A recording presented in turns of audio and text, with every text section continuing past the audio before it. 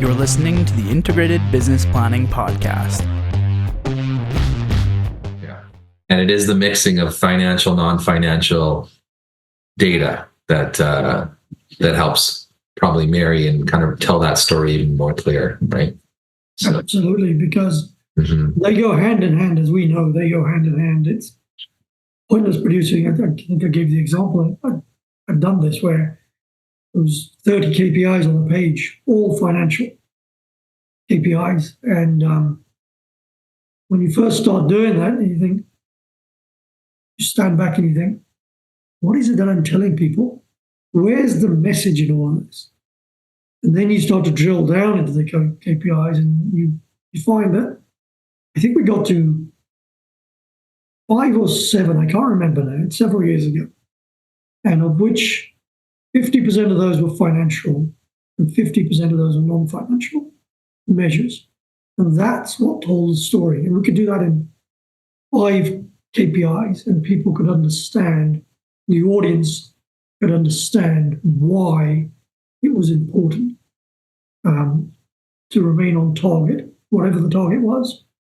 And if you were off target, why you were off and what we could do to bring ourselves back on.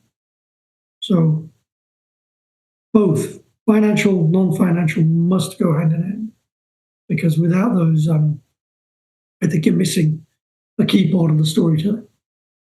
Yeah, I remember as well. It's when you got all those KPIs where you're just talking financial statements and year on year, you're like, well, revenue is increased by 10% against budget. It's like, what does that mean? Right? Why? Right? And it comes back to your, statement before, just on the why. Right? Like, why did it change? What's the driver? Tell me, is it the customer that we lost or the customer that we just acquired? Is it pricing? Yeah, there's so many factors, but it all comes back to the business. And I think we know this is that, the finance, the P&L, the balance sheet, the cash flow are basically a result of the actions we take. And, it's the non-financial metrics.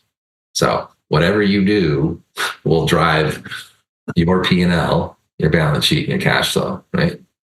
And that's what you need to focus on, right? Yeah, you do. And I'm lucky again because of some great coaches and mentors. But, as accountants, we're great at variance analysis. A minus B equals C.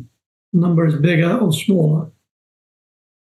And I had a CFO very early in my career who said, great, so you can do math. Fantastic. Why is that number bigger than that number? Will that trend continue? Is this normal for our business at this time of year? i.e., is there cyclical impact that will disappear next month?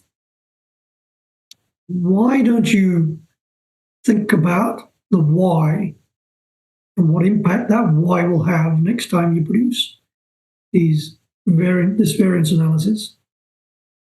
Why don't you come back with A minus B equals C, and here's why.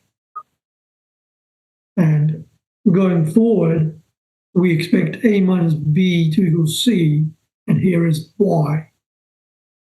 It's typical of accountants to do variance analysis. Why is A minus B equals C? And what do we do as an organization to understand that? Wouldn't that be a much more powerful explanation if you could tell us the why?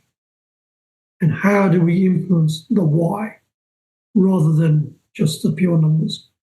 So I think that's what we as trusted business advisors bring, is the why, is the storytelling to that audience so that they can appreciate it and use it.